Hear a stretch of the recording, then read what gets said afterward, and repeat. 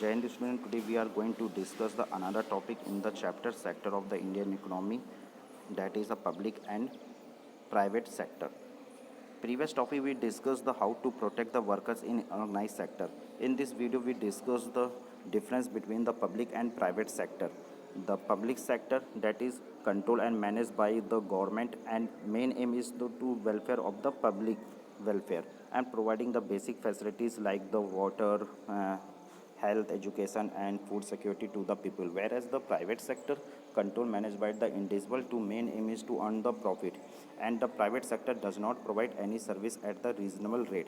So the in the we can say that on the basis of the ownership, the public sector is owned by the most part of the asset is by the government, and the private sector is in the hand of the private individual or company, like in the example of the public sector, that is a railway, post office. And where is the example of the public sectors, private sectors, so we can say that Tata and Reliance.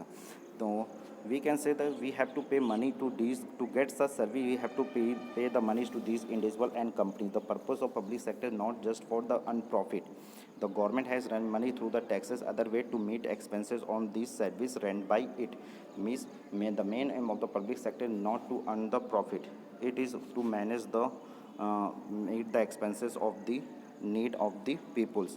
So which of the question is which private sector will not provide the reasonable cost, means some of these needs expending large sum of money in beyond the capacity of the private sector, and collecting money from the thousands of people use the facility not easy.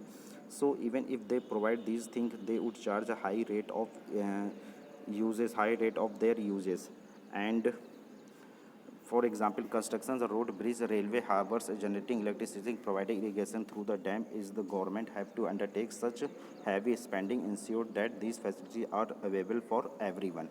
Next, which the government has to the support, and the private sector may not continue the productions of business unless the government increase. So it is for the examples.